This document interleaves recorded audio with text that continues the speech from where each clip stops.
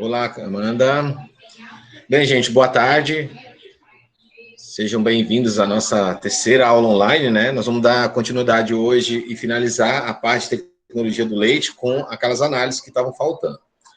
E depois que a gente terminar essa aula, eu volto nos exercícios de balanceamento e de neutralização da acidez do leite, tá bom? Bem, dando continuidade, só lembrando, a primeira análise que a gente viu na semana passada, na aula passada, foi de alizarol, né?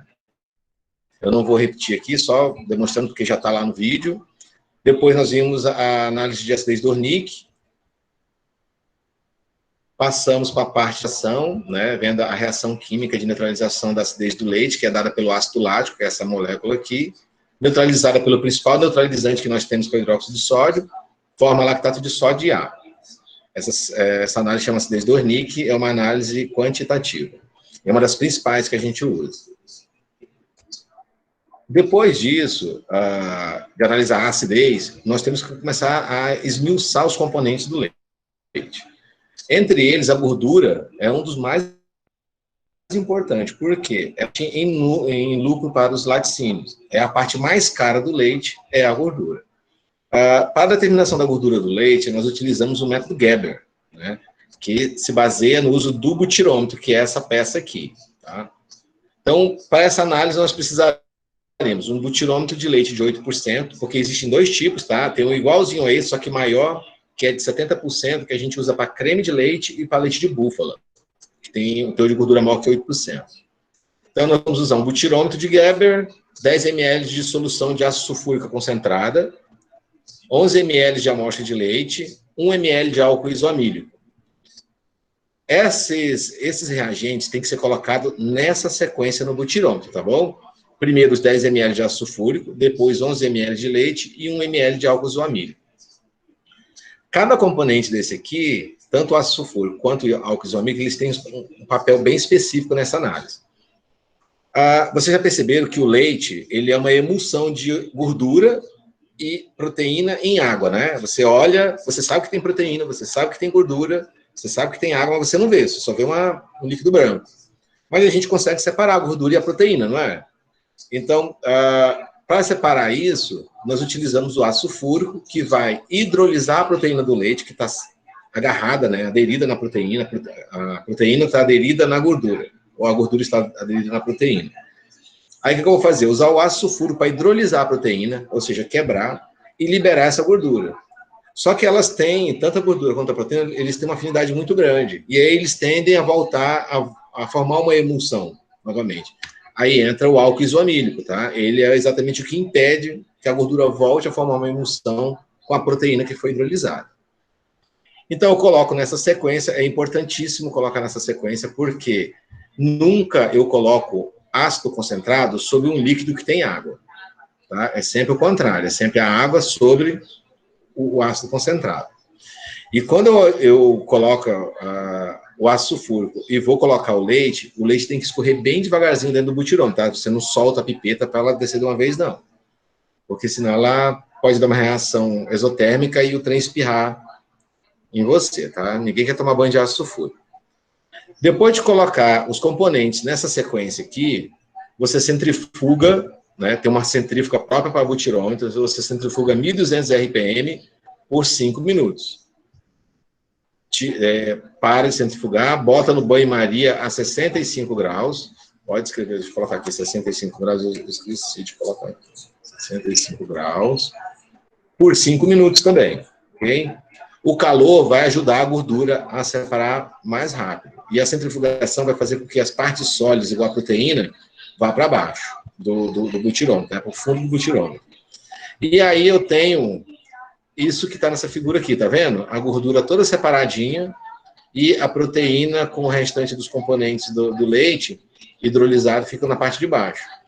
E aí, como ele o butirômetro é graduado de 0 a 8, eu coloco o fundo, onde está a gordura aqui, no 0, né, puxando essa borrachinha aqui, ó, ou empurrando ela para ajustar, e leio aqui em cima quantos por cento que isso aqui dá. Eu vou aumentar essa figura para vocês observarem.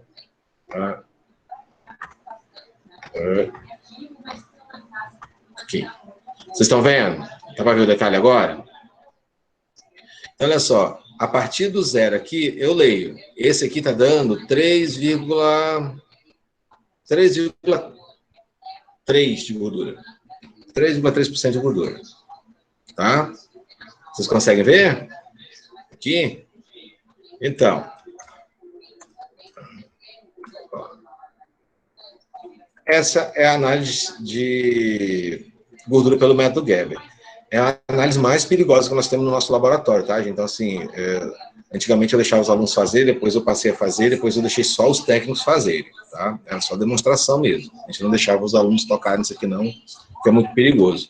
O ácido sulfúrico pode queimar, causar queimaduras muito graves, e o álcool isoamílico, ele brocha, tá? Então, não é legal. Um outro parâmetro importantíssimo é a densidade do leite, né? O que é densidade para vocês? Alguém sabe? Então, densidade é uma relação da massa pelo volume da substância que a gente está analisando, né? Para fazer essa análise, a gente utiliza um termolactodensímetro, que é esse aparato aqui, ó, ok? Ele já é calibrado para usar leite. Uma das características do leite é que ele tem uma densidade média de 1.032 gramas por decímetro cúbico, onde um decímetro cúbico é igual a 1 litro, tá? Como, dependendo da vaca, do animal, da alimentação, da estação do ano, o leite muda a densidade dele, o mesmo animal muda a densidade do leite ao longo do período de lactação dele, nós temos, então, não um valor específico de densidade. Nós temos uma faixa que vai de 1.023 a 1.040 gramas por decímetro cúbico quando o leite está a 15 graus Celsius. Ou seja, o termolactodensímetro, vocês estão vendo aqui, ele é calibrado para medir a densidade do leite a 15 graus. Se o leite estiver a 15 graus, quando eu colocar o termolactodensímetro na minha amostra de leite, o que eu ler aqui vai ser a densidade real. Só que isso não é verdade, né? A gente, tipo, o leite está saindo do teto da vaca do Uber lá, 36, 35 graus. Chega na laticínio, acima, perto dos 30, 28. Então, quando eu coloco o termolactodensímetro, eu tenho que anotar a temperatura na parte de cima e a densidade nessa parte do meio aqui. Aí tem uma tabela, aqui, ó, que eu vou e olho a relação da temperatura pela densidade e acho a densidade corrigida. Tá? Então, por exemplo, ó, o leite a 15 graus, se eu pegar ele que a densidade deu 26, na hora que eu corro aqui, ó, ela dá 26 também. Ela não precisa corrigir, entendeu? Mas para qualquer coisa abaixo de 15 graus ou acima de 15 graus, aí eu tenho que usar a tabela de correção, tá bom? Então, basicamente, a gente precisa para essa análise uma proveta, de um volume de mais ou menos 250 ml, tá? Que caiba o termolactodensímetro, e a amostra de leite. Você entorna a amostra de leite dentro da proveta, sem fazer espuma, coloca o termolactodensímetro dentro da amostra e ele vai boiar, tá joia? E aí eu espero ele parar, ele não pode tocar nas paredes da bureta, porque tem aquele efeito de capilaridade, né? Ele tende a subir, então isso pode fazer uma leitura errada. E aí você anota no meio aqui a densidade e em cima a temperatura. Se o leite tiver 15 graus, o que você leu ali já é direto, tá? Mas qualquer outra temperatura para baixo de 15 graus ou acima de 15 graus, você tem que ir para a tabela de correção. É uma análise super simples de fazer. Vocês observem aqui, ó. Tirou o óculos dela. Aqui a proveta e o termolactodensímetro, tá? Alguma dúvida até aqui? Não. Vocês escrevam no chat se tiver dúvida, tá? Vamos lá, próxima análise. Bem, a tabela de densidade é essa aqui, ó, você vê que ela tem duas faixas, né? De 5 a 20 graus essa parte de cima, de 21 a 35 dessa parte de baixo. Geralmente, no leite que chega na propriedade, a gente utiliza essa tabela de baixo aqui, tá? Entre 21 a 35 graus. Crioscopia. Tá, deixa eu voltar aqui rapidinho na densidade do leite. Por que a gente faz análise de densidade do leite? É porque é o seguinte, uma das fraudes mais comuns que tem no ramo de laticínios é a fraude pela adição de água. Então, assim, se o produtor coloca muita água no leite, a densidade vai ficar menor. E aí também ele pode fraudar com espessante, tipo polvilho, trigo, alguma coisa assim, açúcar, sal. Se ele colocar muito, o que acontece? A densidade vai ficar maior, muito maior do que o normal, tá? O Zé pediu para avaliar que ele está dirigindo, vindo de Goiânia. Ele ainda está fazendo esse... Tá, beleza. É o Zé Neto? Ah, o Zé Henrique. Beleza. Tá ok? Então, a função da densidade do leite, da análise da densidade do leite, é pegar a fraude pela adição de água. E também por espessante, tá? Água e espessante. Se eu colocar água no leite, a densidade vai diminuir. Aí o termo densímetro afunda e a densidade diminui. Oi, Gustavo, sobre a tabela, o que você tem dúvida? Você observa que a tabela aqui, ó, temperatura na parte de cima, densidade na lateral esquerda aqui, tá vendo?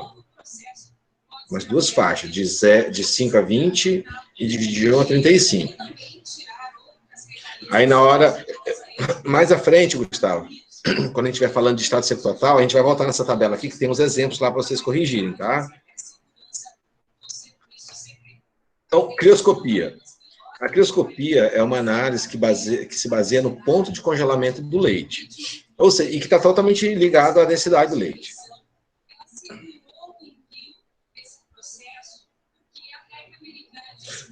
Gustavo, ele perguntou aqui, essa temperatura de 21 a 35 e a coleta da propriedade. Isso, por exemplo, na hora que você coleta, ordenha o leite de manhã cedo lá, ou coloca no latão, ou vai levar para um tanque de resfriamento, antes de colocar dentro do tanque, você tem que tirar a densidade do leite e fazer a lisarol, né? E aí você mede a temperatura e a densidade na hora, tá? Conforme o leite vai esfriando, a densidade dele tende a aumentar um pouquinho, tá bom? Bem, a crioscopia é uma análise para pegar a adição de água também, é fraude pela adição de água também. E ela se baseia no ponto de congelamento do leite, né? Você sabe que a água tem densidade 1, né? E o leite é 1,029, 1,040. É bem próximo mesmo, mas dá a diferença. Para fazer isso, a gente utiliza um equipamento chamado crioscópio, que tem dois modelos, esse aqui e esse de baixo aqui. A escala que a gente pode ler tanto em graus Hornet quanto em graus Celsius, tá? Elas são equivalentes, são muito próximas mesmo. Hoje em dia, graus Hornet quase não está usando mais, porque se adotou o Sistema Internacional de Medidas, então está muito em desuso mesmo. Mas está aí para fins de comparação e os valores equivalentes. Por exemplo, menos 0,530 graus Hornet equivale a menos 0,512 graus Celsius, tá bom? Esses dois são... Então, a crioscopia do leite, a leitura de temperatura do ponto de congelamento, varia para aquela densidade de 1023 a 1040, entre menos 0,530 a menos 550 Hornet, ou menos 0,512 Celsius a menos 0,531 Celsius. E aí, olha como é que são as coisas. Se o leite tiver muita água, por exemplo, o produtor fraudou leite com água, ele está adulterado o leite. Na hora que eu faço a crioscopia, o que vai acontecer? O ponto de congelamento vai aumentar ou vai diminuir? O que vocês acham? Ela tende a se aproximar de zero, que é o ponto de congelamento da água, não é?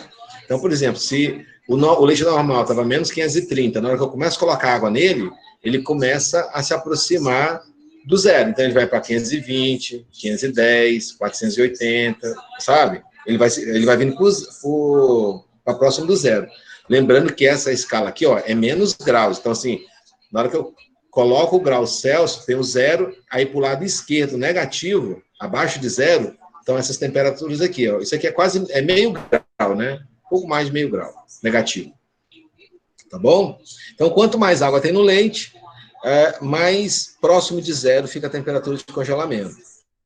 Esse equipamento, ele é muito rápido. Você coloca 2 ml de leite aqui dentro, e em 30 segundos ele congela o leite e te dá a resposta, se tem água ou não. Ele é tão preciso que a gente consegue determinar, num latão de 50 litros, eu coloquei um copo de água dentro do latão, ele consegue identificar que foi colocada essa água lá. Só nesse ponto aqui, tá? Bem, nós vimos então a acidez por Elisarol, a acidez do Wernicke, a densidade, a gordura e crioscopia. E agora a gente vai ver o extrato seco total. Se eu pegar o leite, que é uma substância composta, né, de várias fases, e tirar toda a água dela, o que sobra é o extrato seco total. E ele é importante para a indústria porque é o seguinte, quanto maior o extrato seco do leite, mais rendimento de produto na indústria ele dá. Então, esse é um parâmetro de controle de qualidade também. Para fazer, então, a análise de extrato seco, a gente usa o disco de Ackermann, tá? Que é esse, também chamado de calculadora Ackermann. Eu tenho uma foto maiorzinha dela ali no próximo slide. Ela é expressa, então, em percentagem de extrato seco total e é calculado por essa fórmula aqui, ó. Tá? É calculado por essa fórmula aqui. Aonde? Extrato seco total em percentagem, deixa eu botar a percentagem aqui, é igual a 1,2 vezes o teor de gordura, mais 0,25 vezes a densidade, mais 0,26, tá? Essa também é chamada fórmula de Fleischmann. Então, no detalhezinho aqui para vocês, ó, a calculadora de Ackermann, né, também chamada de disco de Ackermann. No meio aqui, ó, na parte interna do disco, vocês estão vendo o cursor? Pois é, aqui eu tenho o teor de densidade, tá? Lembrando, gente, ó, que a densidade lá, quando você pegar no termolactodensímetro, a gente expressa 1020, 1040, 1030, 1028, mas a gente fala só os dois últimos numerais, tipo, se deu 1040, a gente fala, qual é a densidade do leite? 40. Ah, deu 1024, qual é a densidade do leite? 24, tá? Por isso que aqui na calculadora, vocês vão ver 21, 22, 23, 24, tá vendo? Na densidade, mas na verdade, eles colocaram até na primeira aqui, ó, é 1000 e alguma coisa. Então, 1021, 1022, vai até 1037, tá? Então, na parte interna, nós temos a densidade, e na segunda escala, nós temos o teor de gordura. O teor de gordura do leite aqui, ó, ele está variando de 0,5 até 5,8 aqui, ó. 5,8 aqui, 0,5 bem por aqui assim. Como é que funciona o disco de Ackermann? Vocês observam que tem uma seta pretinha aqui, né?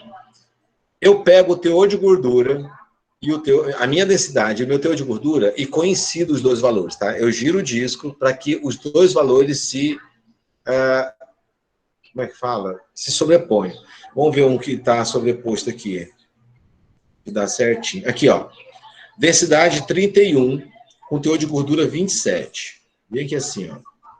Tá vendo? Densidade 31, com teor de gordura 27. Juntando esses dois aqui, na hora que eu olho lá para a pontinha da seta, tá me dando 11,24. Ok? Então, assim, um leite com densidade 1.031 gramas por decímetro cúbico e 2,7% de gordura tem 11,24, tá? Percentagem de extrato seco total. Vocês têm dúvida aí? Entenderam? Vocês podem levantar a mão, viu, gente?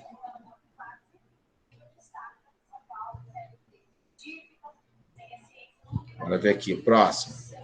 Aí nós vamos para o cálculo. Olha só, complete com os valores de gordura. Esse é o típico de questão que eu dou na prova, tá? Então, preste atenção. Complete os valores de gordura, extrato seco total, extrato seco desgordurado e a densidade que faltam no quadro abaixo. Eu dou a fórmula. Gente, ó, nas minhas provas, quem já fez prova comigo, sabe, eu coloco tudo na prova para o aluno ter que colar. Eu coloco as fórmulas, eu coloco os esquemas, eu coloco tudo. O aluno não precisa decorar nada, tá? A última parte da minha prova é só tudo. Quando não é possível colocar no final da prova, em cada questão vem assim, ó, a questão, e se for preciso usar uma fórmula, a fórmula está lá. Agora o aluno precisa saber o que ele está fazendo, né? Então fica só por conta disso. O que nós temos aqui, então? Completar os valores de gordura do extrato seco total, extrato seco desgordurado e densidade que falta no quadro abaixo. A fórmula de Fleischmann diz que o extrato seco total, a percentagem dele é dado por 1,2 vezes o teor de gordura, mais 0,25 vezes o teor de densidade, mais 0,26. Então, olha o que eu tenho aqui. Um leite, uma amostra de leite, tá? Com 4,5% de gordura e uma densidade de 1.032 gramas por decímetro cúbico. Mas esse leite está a 28 graus. O que eu vou fazer? Na hora que eu for jogar na fórmula, eu posso jogar o 32 direto? Não. Como a temperatura do leite não está a 15 graus, eu não posso usar o valor direto. Eu tenho que ir lá na tabela de correção e corrigir esse valor, tá? Por acaso, eu já deixei aqui, ó. Densidade do leite. Tá 1.032 lá no problema, né? Ó, 1.032. Tá vendo aqui? A 28 graus. Então, eu venho na parte de temperatura. Cadê? Densidade 32. Aí. Deixa eu pegar aqui, gente. Densidade 32. Nossa, tem um negócio errado aqui, pera.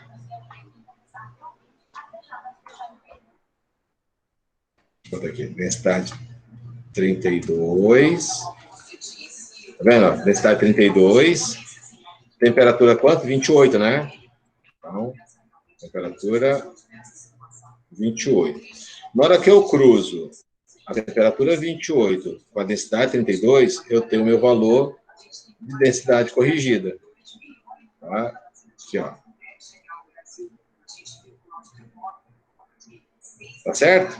Então, ó, numa temperatura de 28 graus e uma densidade de 32, eu tenho 35,3 corrigido, tá? Tá 353 aí, mas tem uma vírgulazinha ali, tá? Então, aqui, ó, para um leite com densidade 32, na temperatura de 28 graus, a densidade corrigida dele é 35,3. Então, quando eu voltar lá no problema, a nova densidade aqui, eu vou escrever até numa cor diferente aqui, ó. A nova densidade vai ser 35,3. Ok? Essa densidade aqui é que eu vou usar aqui, ó, no meu problema, tá? O teor de gordura, 4,5, é esse G aqui, ok? E o 0,26, ele é fixo na fórmula. Então, como é que eu faço? É só montar a fórmula agora, não é? Então, vamos lá. 1,2 vezes... Aí eu apago o G e coloco o teor de gordura aqui. Quanto é que é o teor de gordura? 4,5. Mais 0,25 vezes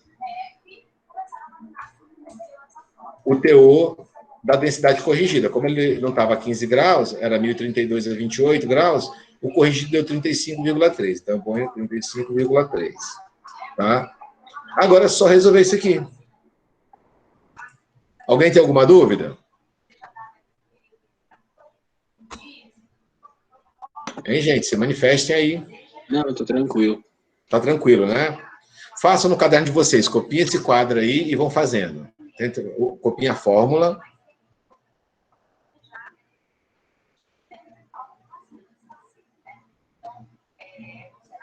Aí, ao resolver isso aqui, eu tenho o extrato seco total. Para eu calcular o extrato seco desengodado, é só pegar o extrato seco total e subtrair da gordura. Tá? É o extrato seco sem a gordura. Aí, esse valor aqui que eu achar nesse cálculo, menos o teor de gordura, eu vou ter esse aqui.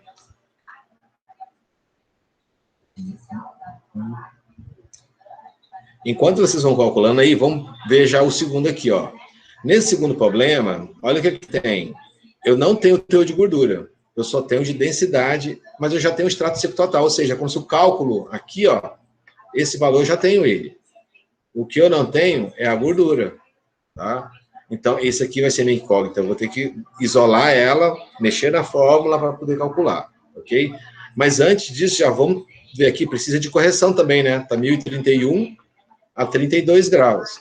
Então, eu tenho que ir lá na tabelinha, 32 graus, cadê? 32 graus, 1031. 1031. Vamos calcular isso aqui.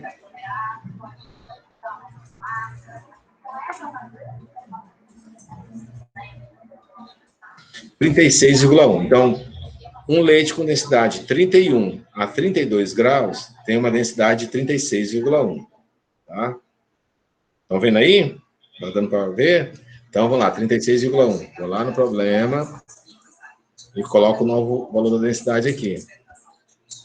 36,1. Tá?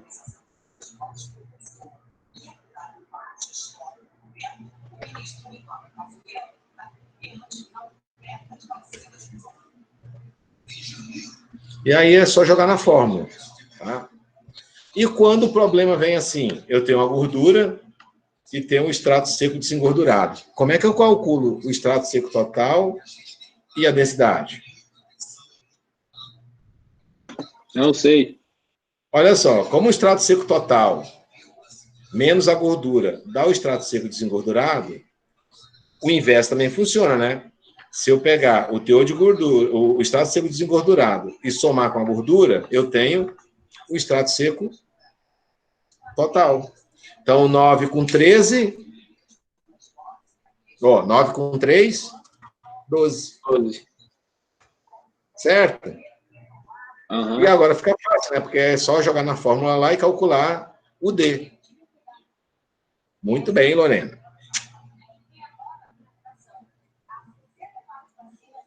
Alguma dúvida até aqui, gente? No uso da tabela também? Não. Bom. Então, aqui é a formulazinha, né, do extrato seco desengordurado, que é o extrato seco total menos a gordura. A gente já está fazendo na prática. Existem algumas fraudes no leite que... Explica esse de novo, que deu 12, tá? É o seguinte, Gustavo.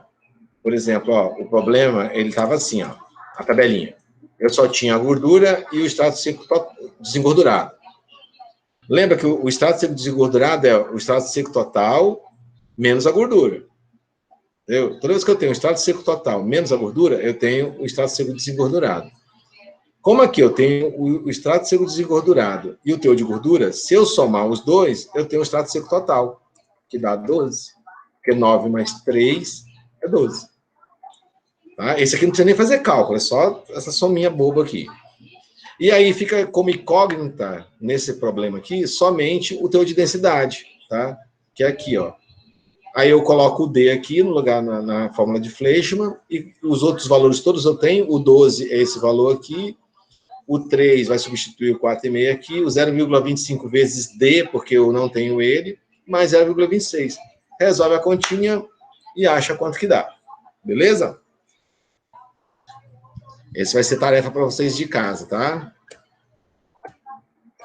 Bem, além dessas fraudes de condição de água, de espessante, existem outras fraudes que são mais complicadas de pegar. Tá? Uma delas, por exemplo, colocar água oxigenada no leite para matar as bactérias. Para isso, aí é utilizado o teste do Guaiacol, que quando você coloca a amostra de leite, ele dá essa cor rosa aqui, ó, meio salmão, tá? Quase um laranjado, na verdade. Quando que eu faço essas análises? Quando você começa a suspeitar que o produtor, por exemplo, está dando muito problema na crioscopia por causa do teor de água ou na densidade. E aí você já pega e bota a bateria completa de testes para ele. Então você faz adição de formol através do teste de fluoroglucina. Se for positivo, dá rosa, o que chama de vermelho, e o negativo fica branco esverdeado, quase cor de soro. O teste do amido. Tipo, o cara colocou água demais no leite dele, e aí ele tá vendo, tá na cara que o negócio vai dar errado. Aí ele pega, usa um pouco de polvilho, de trigo, sei lá o que e coloca no leite para dar uma espessada nele, né? Mas o teste de amido que a gente usa Lugol, que é basicamente uma solução de iodo 1%, na hora que você coloca no leite, se formar uns grãozinhos azulado, escuro, o cara adicionou polvilho ou outro tipo de amido dentro do leite, tá? E aí tem uma chargezinha aqui, né? Do juiz julgando a vaca. A senhora, além de ter produzido, permitiu, facilitou a ordenha do leite, portanto, dentro dos preceitos da justiça brasileira, a declara o culpado. A culpa é da vaca. Beleza? Existem os testes de antibióticos que são utilizados no ensaios, tá bom? Mas a gente não vai falar deles aqui. porque a gente está crendo que o produtor rural está obedecendo, né, o período de carência do antibiótico antes da ordenha, e não está misturando o leite ordenhado com antibiótico no meio do leite saudável, tá? Meninos, alguma dúvida até aqui? Não, tá suave. Beleza. Agora, eu estou para tirar dúvida da aula passada. Quem tem dúvida? Lembrando, gente, ó, esse semestre acho que não vai ter tempo de chamar um monitor, tá?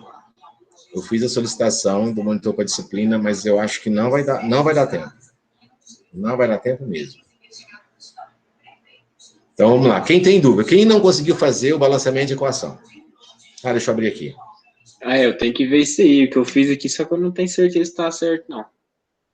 É? Então, beleza. Eu também estou em dúvida nesse balanceamento aí. Mas, gente, balanceamento é a coisa mais fácil do mundo. Sério, sério, sério, sério.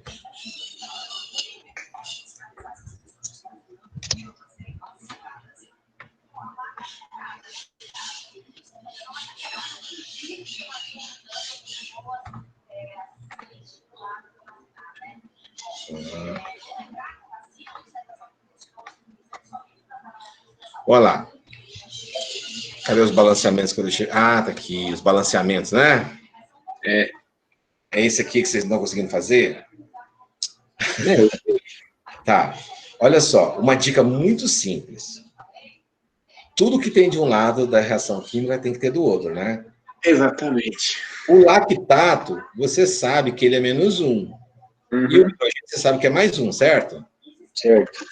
A hidroxila, você sabe que ela é -1. Por isso que tem duas dela aqui, porque o cálcio é +2, certo? Essa aqui já está equilibrada.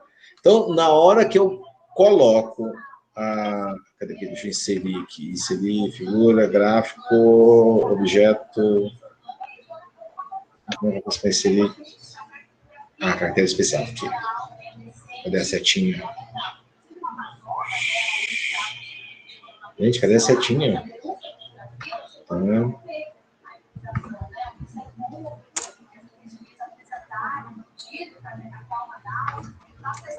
Então, olha só.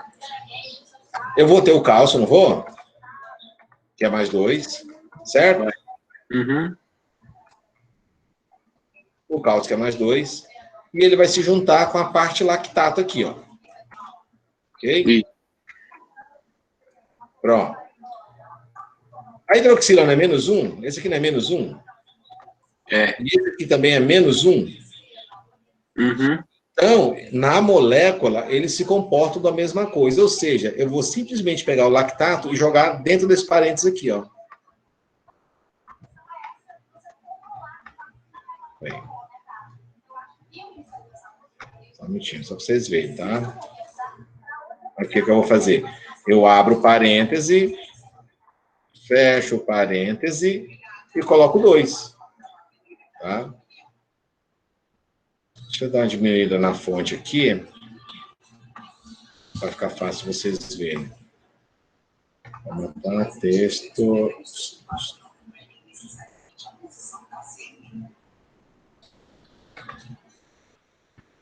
Tá vendo aqui? Vocês viram que o lactato tomou o lugar do hidroxila? Certo?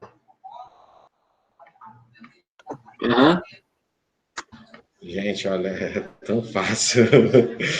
Ai, Jesus do céu. Deixa eu diminuir mais um pouco aqui, tá? Então, olha só. Essa molécula está balanceada, porque aqui tem uma carga negativa, mas como tem 2 dele, equilibra com os +2 do cálcio, certo? É, exatamente. Aí sobra mais... Mas, olha só. A hidroxila reagiu com esse hidrogênio, né? Então, fica H mais OH, H2O, certo? Certo. Certo. Só que olha o que acontece. Quantos lactatos eu tenho aqui? 2, certo? Eles não estão vindo do ácido lático? Aí só tem 2 ácidos láticos aqui. E olha o que acontece. Esses dois ácidos láticos, tá, estão me doando 2 hidrogênios, um cada um, né? Eles vão se reunir com essas 2 hidroxilas e formar duas águas. Deixa eu diminuir mais ainda aqui o... tá certo. Pronto! Qual era a dificuldade de vocês, meninos? Não, a minha, tipo, foi só para saber se estava certo. Ah, tá. Bom demais, hein? Alguém mais estava com essa dúvida dele também, só para saber se estava certo?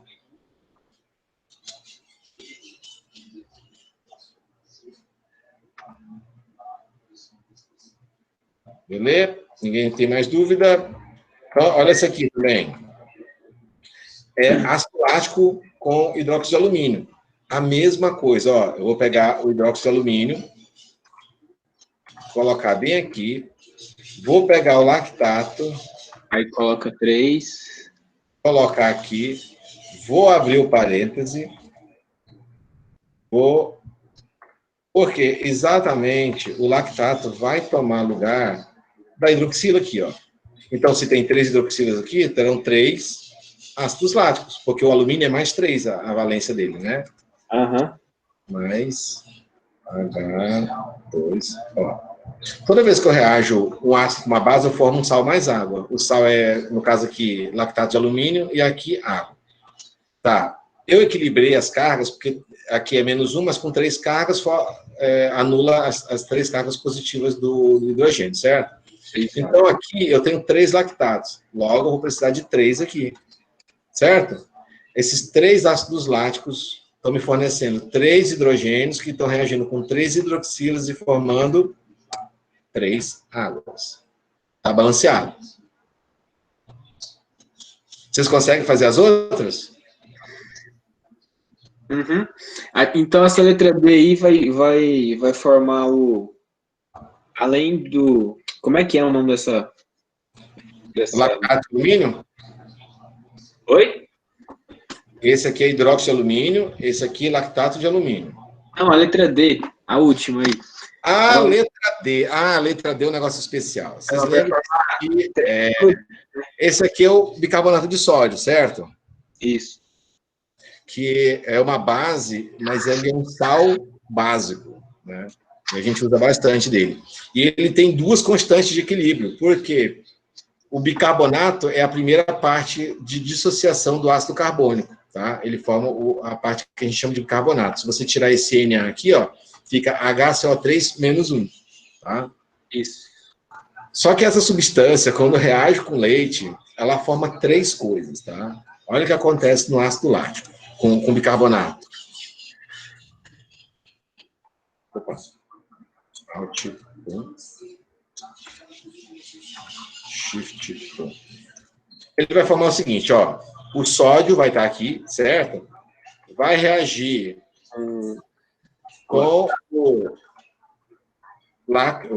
ácido lático, o lactato do ácido lático. Aí o que acontece? O sódio é sempre mais 1, né? A valência dele, sempre uma carga positiva. Está equilibrado. E aqui já está equilibrado, então, porque aqui é -1, tá? Só olha o que acontece agora. Aí formar essa parte aqui, né? Isso. HCO3. E ele, se você olhar como é que chama? As constantes de equilíbrio, de dissociação do ácido carbônico, ele se dissocia em bicarbonato e depois em gás carbônico, certo? Então, o que eu vou ter aqui? CO2 mais água. Professor, como que vai formar água? Pelo amor de Deus. Vai reagir com o hidrogênio que tinha lá do... Isso. Exatamente. Então, olha só. Ele reagiu aqui, ó, Na com o lactato, certo? Formou essa substância aqui. Aí sobrou HCO3, certo?